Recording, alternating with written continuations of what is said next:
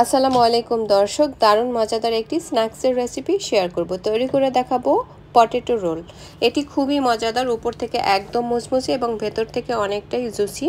খুব সহজে তৈরি করে নেওয়া যায় এবং চাইলে ফ্রোজেন করেও রাখা যায়। প্রতিদিন নানান ধরনের রেসিপি পাওয়ার জন্য আমার পেজটি ফলো দিয়ে রাখার অনুরোধ থাকলো এবং চ্যানেলটি সাবস্ক্রাইব করে রাখার অনুরোধ থাকলো। প্রথমেই আমি 3টি আলু সেদ্ধ করে তারপরে ম্যাশ করে নিয়েছি। এখন একটি প্যানে নিয়ে নিব একটুখানি তেল। খুব বেশি তেল এক্ষেত্রে ব্যবহার করা যাবে না। দিয়ে দিব পরিমাণ মতো পেঁয়াজ কুচি। পেঁয়াজটাকে জাস্ট 3-4 মিনিটের মতো একটু ভেজে নিয়ে এখানে আমি কিছু মশলা অ্যাড করে দিব। এখানে আমি অ্যাড করেছি একটু লবণ, একটু লাল মরিচের গুঁড়ো, একটু ধনিয়ার গুঁড়ো এবং একটু জিরের গুঁড়ো আর একটু চাট মশলাটা অ্যাড করার পরে সাথে সাথে আমি প্রায় আলুটাকে যে ম্যাশ করে রেখেছিলাম সেটা এখানে দিয়ে দিব।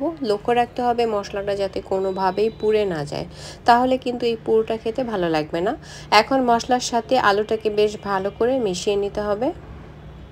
আমার কিন্তু মেশানো হয়ে গিয়েছে। এখন আমি এই পুরোটাকে একটি প্লেটে নামিয়ে এক সাইডে রেখে একটু ঠান্ডা করে নিব। আর এখন যে শিটগুলো আপনারা দেখতে পাচ্ছেন এটি আমি সুপার শপ থেকে কিনে ব্যবহার করছি। যে কোনো সুপার শপে আপনারা চাইলে এই শিটগুলো পাবেন। তারপরে শিটগুলোকে মাঝখানে আমি অর্ধেক করে নিয়েছি, কারণ আমি খুব বেশি বড় করে রোলগুলো আজকে তৈরি করব না। আর তারপরে আমি আলুর পুরটাকে দিয়ে সাইড থেকে সিল করে দিচ্ছি আটা গুলিয়ে। আটা বা ময়দা গুলিয়ে একটু ঘন করে গুলিয়ে তারপরে সিল করে দিলে তাহলে আর ভেতর থেকে পুর বের হয়ে যাওয়ার কোনো সম্ভাবনা থাকে না। আমি একটি রোল কিন্তু তৈরি করে নিয়েছি। একই পদ্ধতিতে আমি বাকি সবগুলো রোল এখানে তৈরি করে নিব।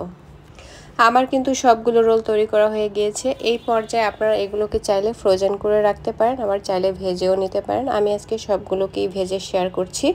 ভাজার জন্য তেলটাকে একটু ভালো করে গরম করে নিয়ে তারপরে আমি রোলগুলোকে এর মধ্যে দিয়ে দিব। তবে চুলার আঁচ কিন্তু খুব বেশি হাইতে রাখা যাবে না, মিডিয়াম টু লোতে রেখে তারপরে এই রোলগুলোকে ভেজে নিতে হবে। একটা পাশ হয়ে গেলে তারপরে উল্টে পাল্টে সবগুলো পাশ যাতে সমানভাবে ক্রাঞ্চি বা মুচমুচে হয় এমন করে রোলগুলোকে ভেজে নিতে হবে। এই রোলগুলো ছোট বড় সবাই খেতে কিন্তু খুবই পছন্দ করে। ছোটরা যদি খায়, পরিবারে যদি ছোট সদস্য অনেক বেশি থাকে তাহলে কিন্তু আপনারা লাল মরিচের গুঁড়ো একটু কম ব্যবহার করতে পারেন। আমার প্রথম ব্যাচের রোলগুলো তৈরি করা ইতিমধ্যে হয়ে গিয়েছে, আমি তুলে নিয়েছি। আর একই পদ্ধতিতে বাকি সবগুলো রোল আমি ভেজে নিব।